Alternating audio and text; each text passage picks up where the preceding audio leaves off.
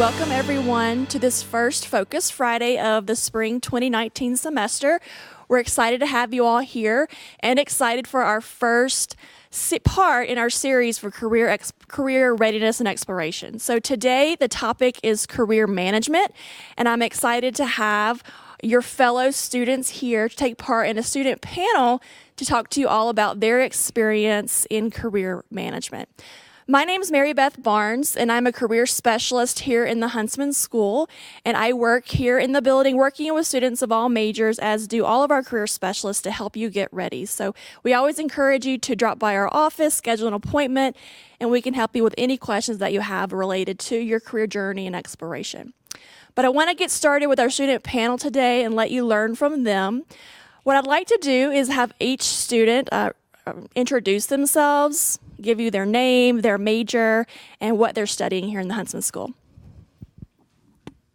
Great. My name is Haley Walker. I am a senior here at Utah State University studying finance and economics. I graduate this fall. My name is Carly Gibson. I'm studying marketing with an emphasis more on the market research side, and I will be graduating in May. My name is Josh Lyman. I am a senior. I graduate this spring, and I'm majoring in economics with minors in finance and chemistry. My name is Hayden Hubbard. I am in my second and final year here at Utah State, and I'm finishing up in the spring or summer. Really excited to be here. My name is Braden Evans. I'm a marketing student. I'll be graduating in May. Okay, so thank you all for those introductions, and we'll get started. The topic is career management, but I'd like to take it back to the beginning, because I think we have to think about where we start, because we think of career management exploration as a process. So let's take it back a little bit and talk about that. So think back to your first semester here in the Huntsman School. Did you have a major chosen, and did you know what you wanted to do when you graduated? So tell us about that sort of first semester and as you got into the school in that process. Whoever would like to start. Yeah, we'll just go down the line. Okay, great. So when I first came here, I declared my major as finance. I hadn't added on economics yet. And I really didn't have a clear picture of what I wanted to do post-graduation. I just knew that I liked math, I liked numbers, and I didn't like science. So I thought, okay, maybe the business school is where I should be. And I've stuck with it. I've loved every second. But I ended up adding on econ, as I'm sure a lot of you have. Thanks to my advisor, we just went through and saw, this looks like a very viable option. I took some econ classes, really liked them. And so I think had I not been meeting with my advisor, I probably wouldn't have known about that option. So I started with my degree in marketing, and I thought I had a plan. I had a great plan. I was going to go into advertising. Had actually 10 different plans, a different plan every week. But I always wanted to do marketing. And since then, I literally didn't decide what I actually wanted to do until last October. I had a minor in hospitality and tourism management last year, my sophomore/junior year. This is only my third year. But so last year I had a minor in hospitality and tourism management, got an internship last summer in it, and realized I did not want to do that side of marketing. And so then was refiguring everything out again in the fall. And then I made the connection that more of the market research in consulting was where I wanted to go, and kind of jumped on that. And luckily it's worked out. Luckily it was soon enough that I got applications in and got a job in that. But it kind of, I had a plan, and I haven't had to change my major, but what I actually wanted to do has changed as I've figured out what I'm good at, what I love, and learned more about what marketing really is, because there's so much to it. So I transferred to Utah State last fall. I was at SUU, and I was a pre-med major. And I transferred for the business school just because I had explored the medical field, and I felt like I needed to explore other opportunities and options. So I transferred, and my major I decided on economics because it kind of fit well on timing, and then I was able to pick up a few minors. My career goals and kind of direction have changed a lot over the past 2 years, and I think they're still evolving, and I think for everyone, you're still figuring it out. I'm still very interested in the medical field, and so I've kind of tried to figure out my place as in business, but also in the sciences. So that's been really interesting, and we can probably talk about it later on. But another career option I'm really heavily thinking about is a PhD in finance, mainly because I love finance and I really love academia. So I'm kind of like straddling those two options. So still formulating my plans. I'm going to graduate this spring and then do a master's in financial economics here at USU.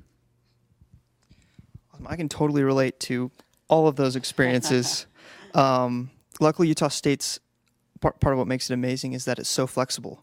You can be going down a different track, and unlike a lot of these bigger institutions that are really rigid, you can be flexible, and you can gain a ton from that interdisciplinary kind of pathway. And so I was similar. Your backup major, Haley, is my actual major. I'm in econ. I forgot to mention that.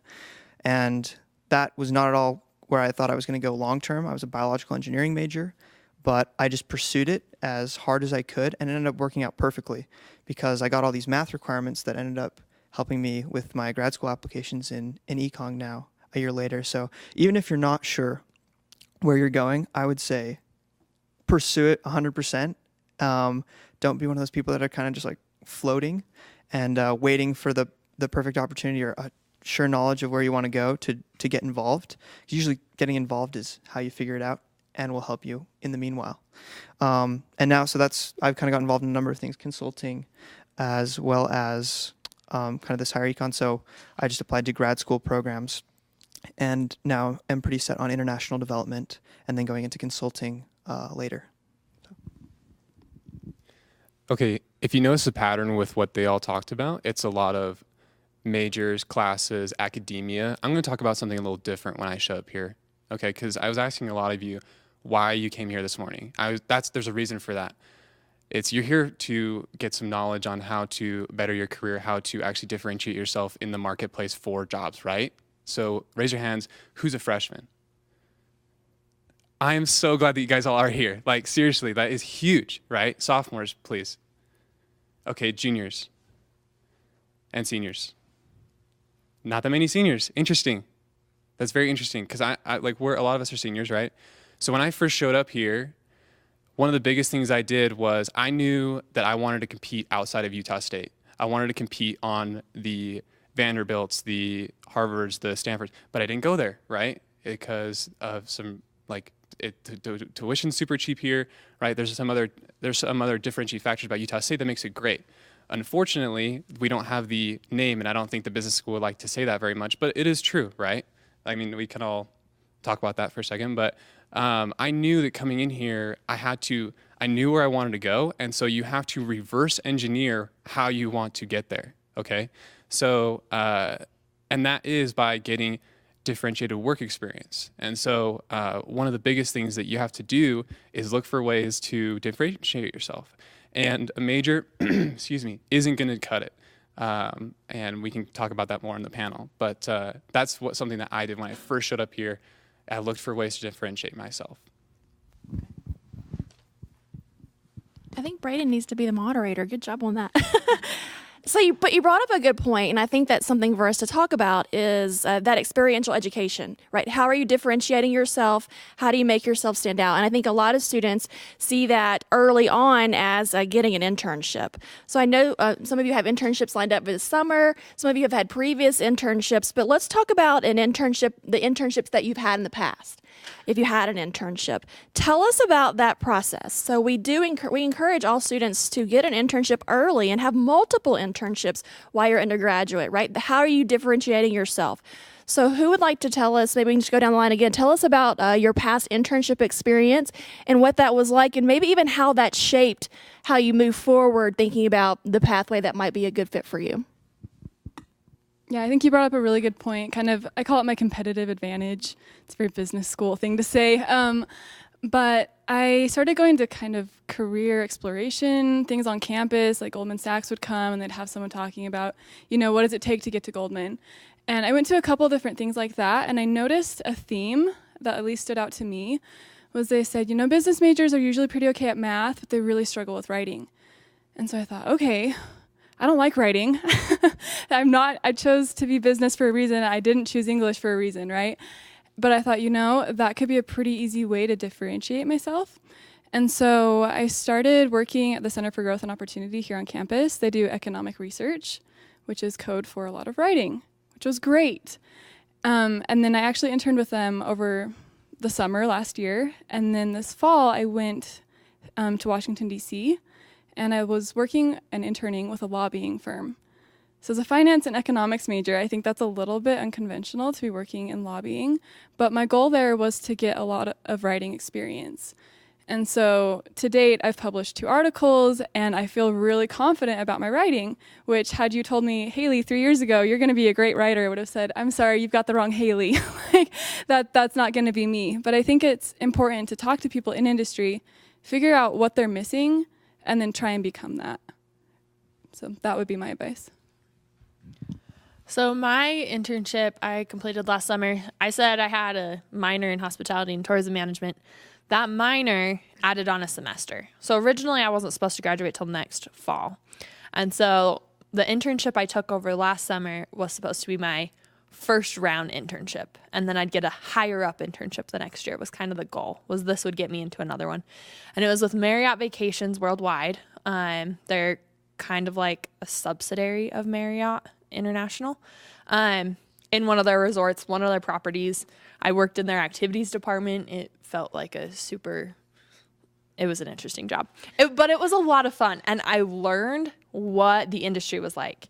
That was my goal. So my internship, I didn't have a specific plan on learning how to write, but I wanted to understand the industry and see if I could make a career out of it. See if I was passionate enough about it to be in that industry, because I'm the type of person that I want to work for someone for years and years. I don't necessarily want to bounce around a lot. And so working with them over the summer, I found out I do not like hotel management. I do not want to be working in that field. And that's the best way to get into corporate positions in that industry, is by working up through the management chain. And so it was an amazing experience. I got to work and meet so many wonderful people. But for me, it was, okay, this is what I don't want to do. And now what should I do? And then just making the best of it and finding opportunities. One of the best things is, since that internship, we had a lot of downtime because I was just helping make sure the guests had a good time. That was really my job. And I developed an activity for a demographic that didn't have really any activities for them. They didn't really have any teenage activities. And so I developed a escape room that we would set up for the guests to come and enjoy. And it was a lot of fun. And I used that story in so many interviews. And when I would say, oh yeah, I developed an activity, we charged this much for it, I did the research behind it. That was probably one of the key things in my interview since then, that they've been like, okay, this is a girl who's willing to work even when she could just be relaxing and still getting paid. She wants to do something to improve the company and noticed a hole and wanted to fulfill that. So finding opportunities in your job where you could be working on homework and you can take another project on that not only give you experience, help the company, and build your kind of interview story list is what I like to kind of call it. So as I mentioned, I transferred here last fall. And for me, coming from the pre-med background, prepping for internships was totally foreign to me, so I was really not prepared. So I came in the fall, and then all the business students are they're getting their resumes ready, they're applying right when classes are starting. I'm still figuring out things. So that was a big transition for me, and I worked a lot with Marin, getting my resume prepped pretty much from scratch. And I had one internship. It was a healthcare consulting firm in Salt Lake that I really wanted to get because it was a good fit, and I prepped a lot for that. And I remember applying, and I didn't get the internship. It just, I didn't have the preparation behind it. And so that was kind of that hurt. But I remember that day I was looking on LinkedIn for other internships, and I found a medical device company in Salt Lake, and I saw Braybeck, he's here. He posted on his LinkedIn saying, sharing his experience with the company the summer before. and saying how much he loved it and that they were looking for interns.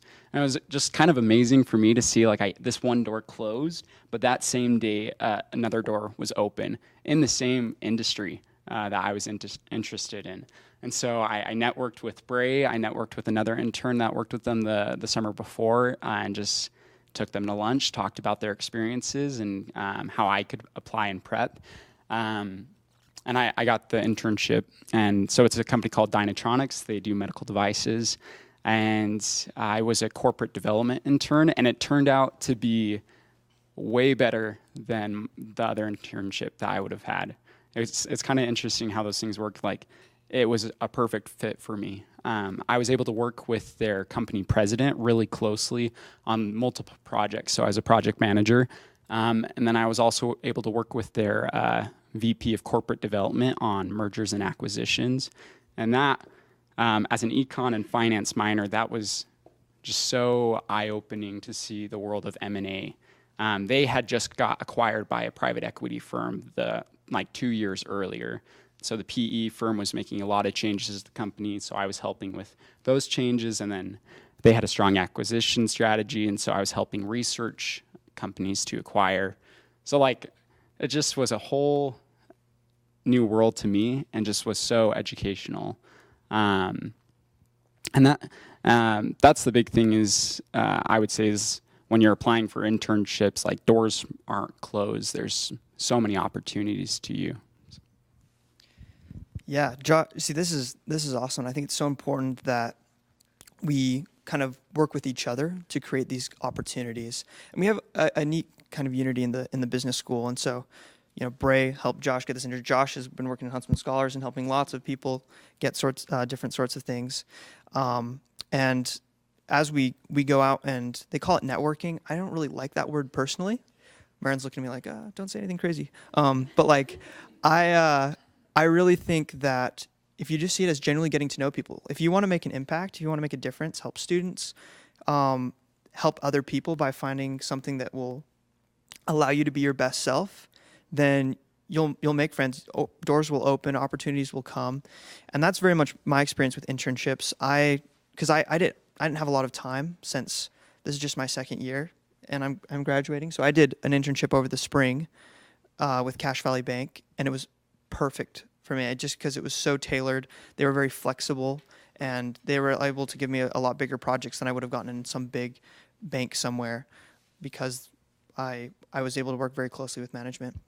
And that helped me to get my summer internship, which was in Chisinau, Moldova, doing with an impact investment firm, Sorensen Impact, through the Utah-Moldova Business Partnership. So we were on the ground with the top business people in Moldova, top small entrepreneurs, like creating a conference, giving consulting advice, and it was like a really quick learning curve. And so as you guys go out and look for internships, one I think is don't network, but make friends, open doors, use other students and help other students, and you'll find stuff. And then two, be flexible, find something that allows you to be dynamic and use your qualities for the most impact that you can find.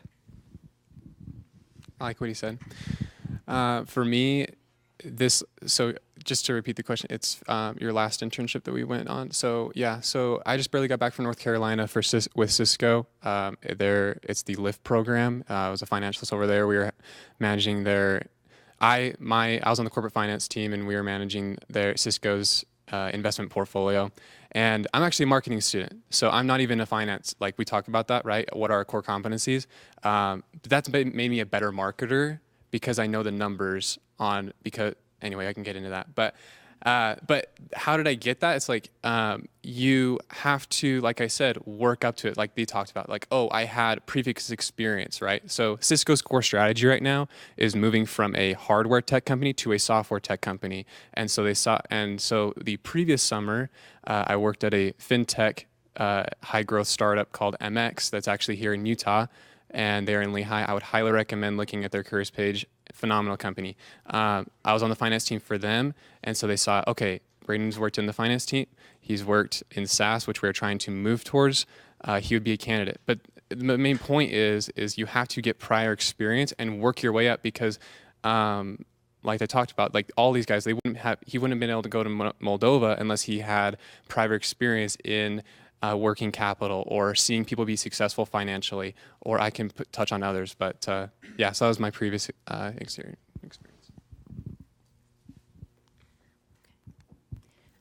Just recently, I think maybe it was yesterday, I was on LinkedIn, as others have mentioned LinkedIn.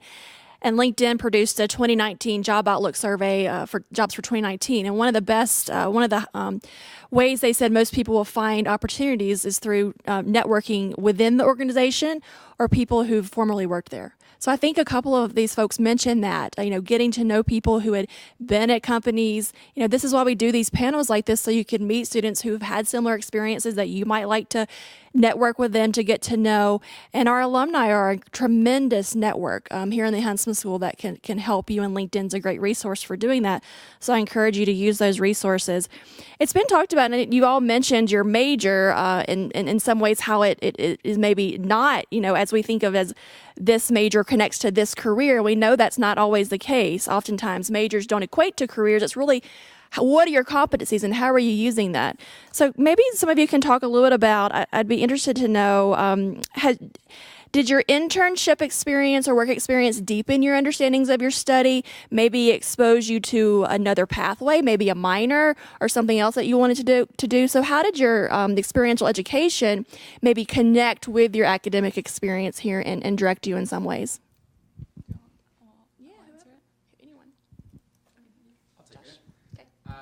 So I mentioned I'm a finance minor, and so my internship over the summer was very educational in the world of finance, and especially in just corporate world. Dynatronics is a public company in Salt Lake.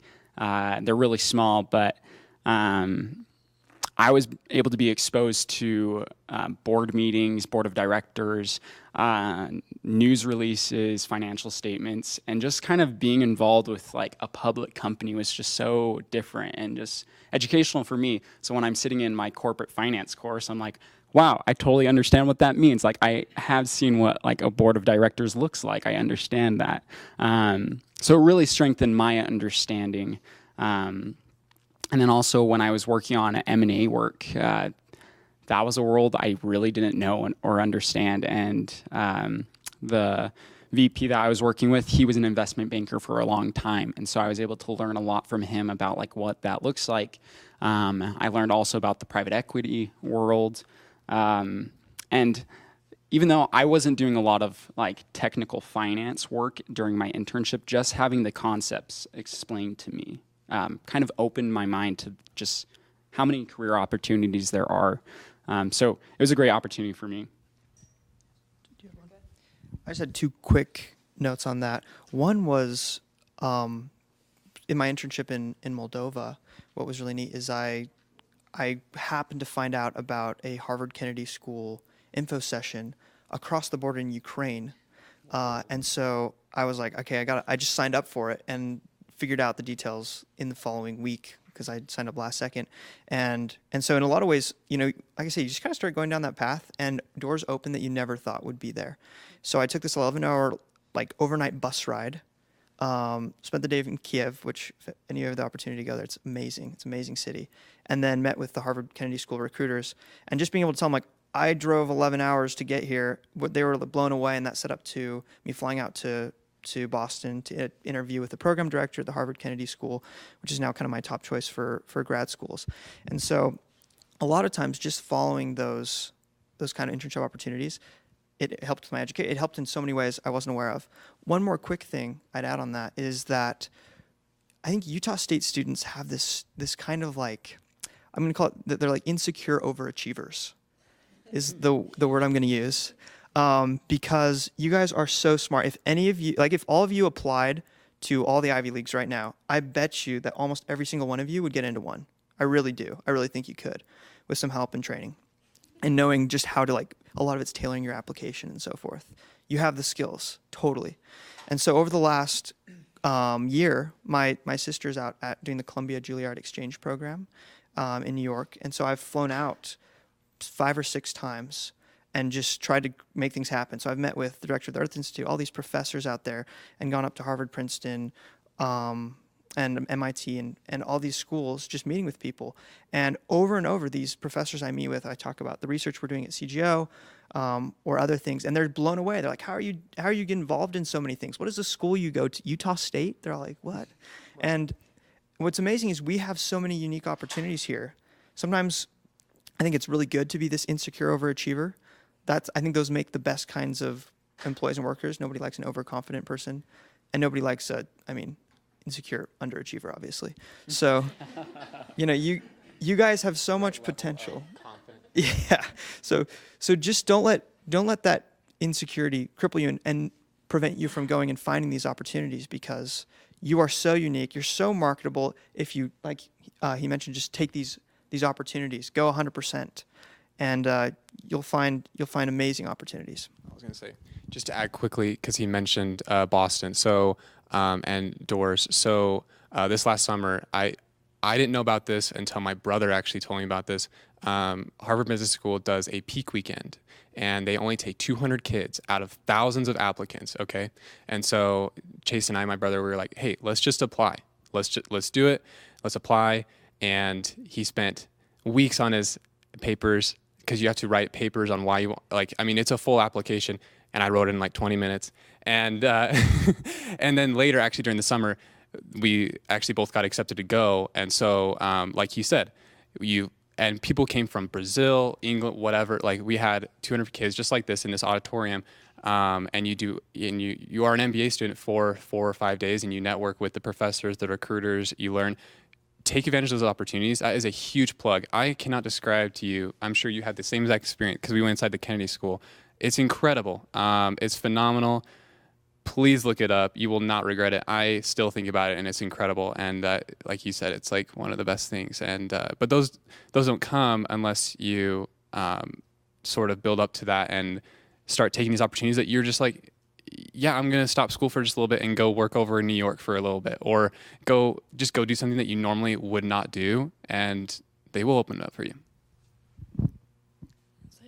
I'm going to share a couple things really quick. So I mentioned how my internship helped me know what I didn't want to do. But one thing that I learned being involved, we had one project that as an intern we had to do where it was solving whatever we wanted for the corporation. So me and the other intern at the location, we wanted to look at their social media, because we were both marketing majors, and we're like, that's a good thing coming from, us. And oh my goodness, they knew nothing about social media. And it's freaking Marriott. Sorry. So Marriott International has really good social media. Marriott Vacation Club does not have as good a social media. It's better now, but it wasn't so great when we were looking into it. And so seeing that corporations are just like people, and they're not perfect. There is always room for improvement. There are a ton of politics in corporations. That I was lucky, and with my internship, my dad works in the corporate side in Utah. So they're not their corporate headquarters, but one of their offices.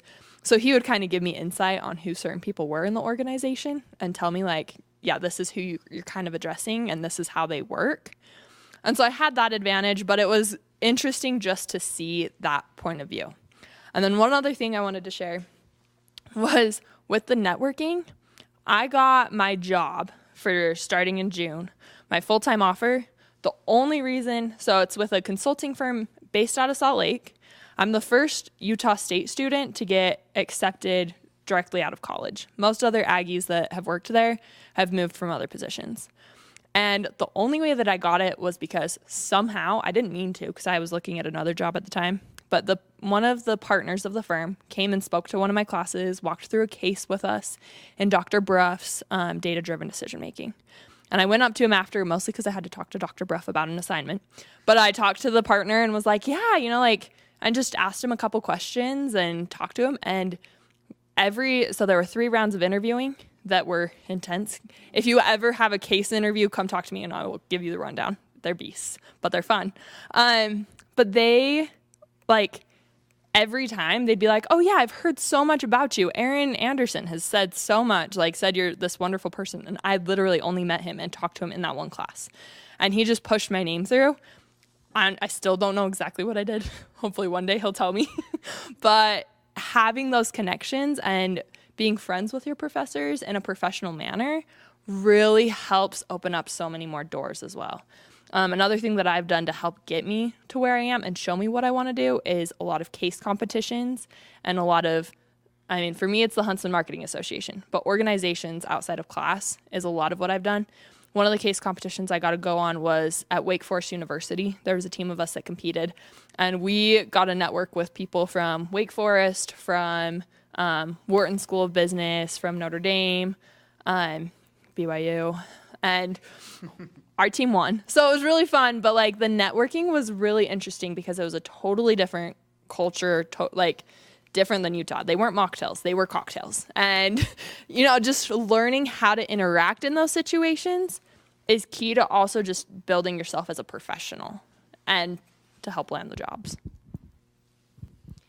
I think it was the confidence, right? Confidence in this process is so important. I think they've all talked about, the things that they're doing, that's how they were building their confidence, right?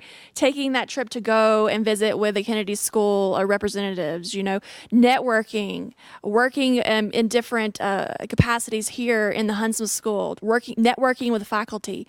All these things build confidence, and that's such an important part of the process because confidence in an interview is so important. Carly started talking about it, so I want to bridge into that, talking about those of you, if you've lined up your plans for this summer. I think oftentimes students don't always realize all that goes into getting that opportunity and securing it and accepting it and lining it up.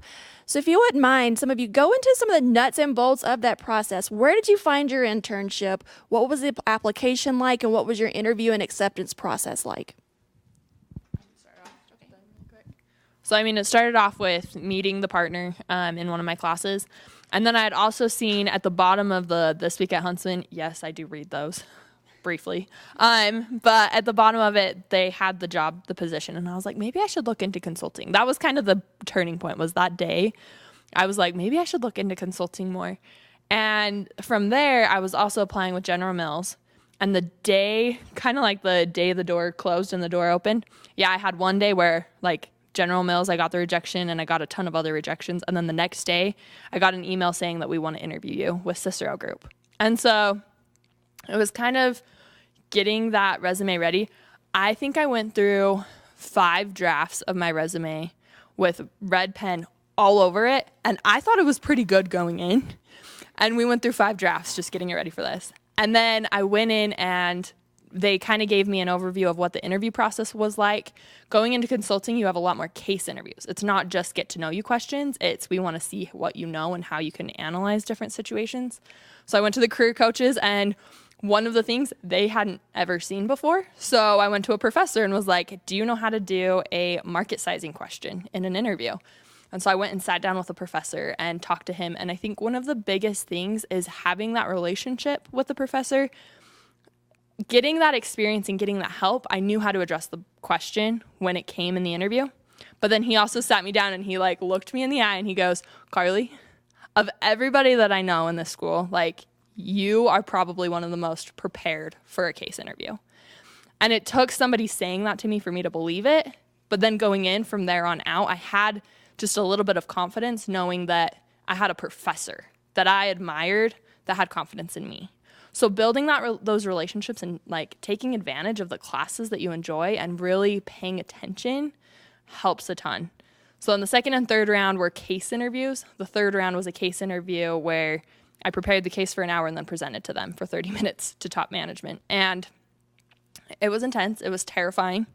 But I went through and I practiced and I read through their examples. I went online and found different examples of case interview questions and how people had addressed them and doing all that grunt work beforehand.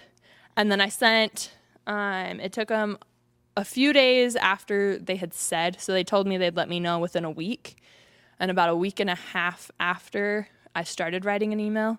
And then 2 weeks later, I finally sent the email to ask, am I going to hear back in a kind, nice, professional way? And the next morning, I got a phone call with the offer. But it was terrifying. The whole process is kind of terrifying, and that's okay. It's supposed to be. But finding out what you want in a job and asking the questions is so important so that you know that this is a job you actually want, not a job that's going to work. So finding what you want out of a job and asking those questions and getting that information out in the interviews is also super important. So this summer, I'm interning with a company called Intuitive Surgical. They're based in Silicon Valley in the Bay Area. I'll be a financial analyst for them, and they do robotic surgery. They're the leader in robotics, and it is such a fascinating company to like look at and work with. They actually just this month they got ranked number 12 on Glassdoor to work for, and they've just for the past 20 years they've just been developing and growing a ton. But I learned about the internship in early November. And it was from a friend of mine who was at BYU. He interned with them the summer before, and he just posted on his LinkedIn, and I saw it, and I was like, wow, that is like a perfect fit for me. Like, I've kind of been trying to stay in the medical device industry. I've been wanting to get finance experience in that field.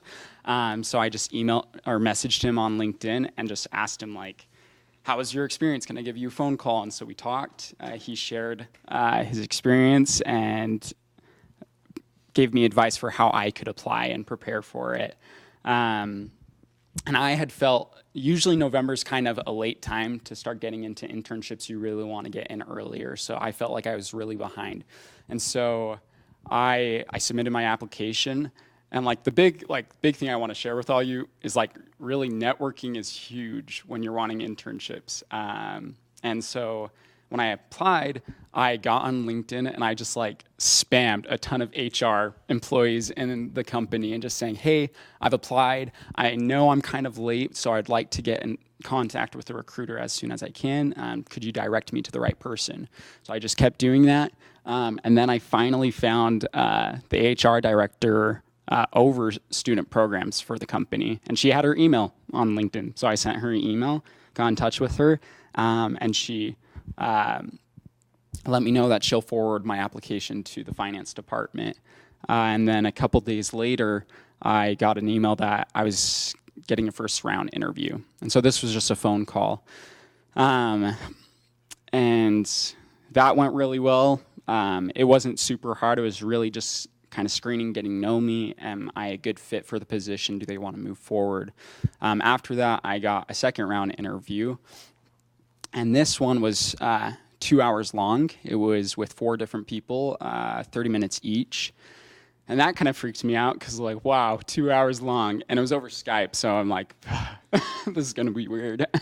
But I had about 2 weeks to prep for that. And what I did is I got back on LinkedIn, and I started messaging interns that interned with them the summer before. And I got in contact with one intern, and we scheduled a time to talk. We talked over the phone, and it turned out that he was the recruiter's son. And I was like, kind of weird. Like, it was just like a perfect situation. Now, for prepping for my interviews, I talked with him about like, what are the style of questions? What can I expect? And he told me that they were all behavioral questions. They really just wanted to know who you are because they know you're a college student and they know you really are just developing your skills. And so knowing that, I remember I sat down with Paul Fieldstead and I was just kind of asking him some questions, and he's like, okay, like I felt pretty confident. He's like, okay, do you want to practice mock interview? I was like, sure. And so like we start off and I just start saying things, and then he just stops and is like, that was half prepared. Like that, he just like tore me in half. Like I just felt so horrible. And so I walked out there and I was like, crap, I'm going to go over to the career office right now. And I scheduled 3 appointments with 3 different career coaches to have 3 mock interviews. And I just told them I really want this to be like a really outlined, serious mock interview. So I went there and I just, question after question, we did behavioral questions. So I did it with Mary. I did it with Marin also. What was most helpful for me for preparing for my interview is on the Huntsman's website, there's like this page that has career interview questions. If you just Google it, interview questions, Huntsman, you'll have a list of questions in categories like leadership, technology, critical thinking, and just lots of different behavioral questions. What I did is I just got a Google Doc and I started writing out my answers to these questions and just what stories I could share and focusing on the STAR method. And I was amazed to find, like, once you start practicing enough and you have enough stories, you can, if you're in an interview, you can pretty much tailor your answers to any question. And that's like the big fear when you're in an interview. You're kind of thinking, what if I get the question that I don't have an answer for? And you just like sit there and you're like, I don't know. But if you just prep beforehand, you'll find your stories can blend into just so many different situations. So yeah, I did my interviews. They went really well. I kept contacting my interviewees through email. And then 2 weeks later, I got the internship. So it's been an awesome experience. And I just want to quote, like, kind of go off of Hayden's message. Like, this company, last year they had people or interns from Harvard and Yale. Like, the big thing is you can compete against anyone. It really doesn't matter, like, your pedagogy or your background and your pedigree. People just, they're looking for who you are. If you're a good person, if you show them the skills you have, you can compete against anyone in the world. So. Okay. So as our times, and just real quick, I want to give a plug for the mock interview day. That's coming up at the end of the month, and you should have all have heard about it. But mock interview day is January 25th. Encourage you to apply. Again, practice, meet employers, network, get all these great skills covered that many of the panelists have mentioned. So as we start to wrap up, I just want to ask them one remaining question. And then as we end, I would encourage you all, they'll be here or get their name and contact number. Reach out if you have any follow-up questions or just want to connect and network and learn more about their experiences. But the last question that I wanted you all to answer, maybe to like in a quick one sentence, just brief, give us your advice. So give one piece of advice for students as it relates to managing their career development. Okay, so these are like the golden nuggets that we want to give you guys. So 3 of the 4 internships that I've done up to this point, I found through professors. And the beauty of professors is that, first of all, it's really easy to get to know them. They have office hours specified for you to go in and talk to them, which is great. A lot of these people have worked in the field, which means they know a lot of people that are still working in the field. And even those that haven't, that have been working in universities their whole career, guess what? They have a ton of students who are working in the field that you want to be in. And so I think just finding an advocate and a professor is going to be, I think, the easiest way to get to where you want to be. And that's what I've done. I have multiple professors that I'm pretty close with, and they've helped me in every step of the interview process, application process. So that would be my one golden nugget word of advice. All right, my biggest piece of advice is get involved. Get involved anywhere and everywhere that you can that is kind of helpful towards your goals. For me, that was the Huntsman Marketing Association. And then also a key piece, I was lucky enough to get a job working in the advising career development office. And so I get to work with them a lot. And that exposed me to a lot of other opportunities. But finding a way, if that's in the dean's office with the business ambassadors, if it's with business council, if it's the e-club, whatever, but get involved and find kind of your family within the Huntsman School. I kind of like to think of the Huntsman School as like a big extended family where, you know, the dean is like the grandpa, and then you have all the departments are like the aunts and uncles, and you kind of got to find your family within the school and kind of find that and find where you're comfortable and where is your home here. And then that networking is not networking, it's natural. It's your friends, it's your family, and it's all worth it. And the opportunities come a lot easier when you've already positioned yourself there. So my nugget is just that doors are never closed. And I think one big thing to keep in mind when you're applying for internships or jobs, the job market is not black and white. There's a lot of gray area.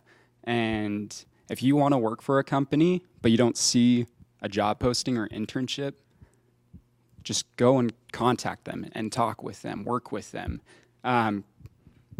Companies are always looking for people, and the best jobs you can find are those that never make it to the job boards.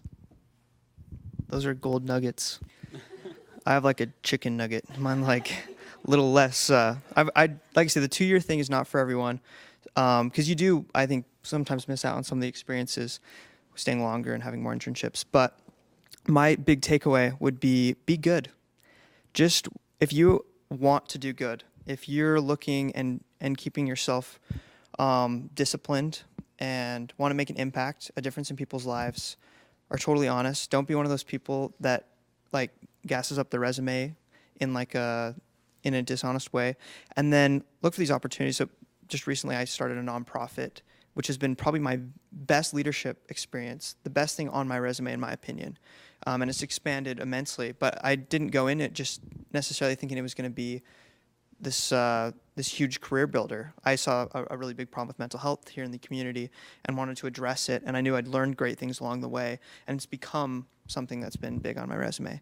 So be good, don't be afraid of ambition. You need that to make an impact, and use the amazing qualities that each of you have to change the world, to do something amazing. I love everything that they said. If you could follow like those 4 advice, I don't even have to say anything. No, I'm just kidding. But just 4 quick points that is like you could do next week, like following, like what are you going to do after the, like in the next week? Like 1, get your LinkedIn amazing, like really, and also be introspective. Like where do you want to go? Like when my sister was coming to college, I asked her, I was like, okay, where do you want to end up? And where do you, like when you wake up, what do you want to do, right? Now look at industries that would make you happy in that area, right? So look at that, look at where you want to go, and then start like what she said and he said, network like crazy within those industries. Get on LinkedIn. Use that college card. Hey, I'm a college student. People will love to talk to you. I've had conversations with CEOs, CFOs, whatever, and I'm not trying to brag. All these guys have too. I guarantee it, because they say, "Hey, I'm a budding college student. I want to be an entrepreneur or whatever." They'll take you out to lunch. They'll buy you your lunch. They literally will. I've had it happen to me, and you can go talk to them. But yeah, get your LinkedIn up like crazy. Go make office visits to these ladies right here. They're incredible. But yeah, and then also it's a disservice to you guys. Like once you have your LinkedIn, start connecting with your students. But also I wanted to add at a point, Utah schools, like the Utah community is like extremely well connected. Like BYU, UVU, University of Utah. If you go on LinkedIn or if you go anywhere else, their connections are now your connections, because, oh, I go to Utah State. Wow. Oh my gosh. It's just like an instant connection. Like seriously, when I was over North Carolina, no one knew who Utah State was. There was like Ole Miss, Princeton, whatever. Like no one knew who Utah State was. And we ended up getting on a call with people from Utah, and they were like, oh my gosh, you're from Utah State. Just like freaked out. Right.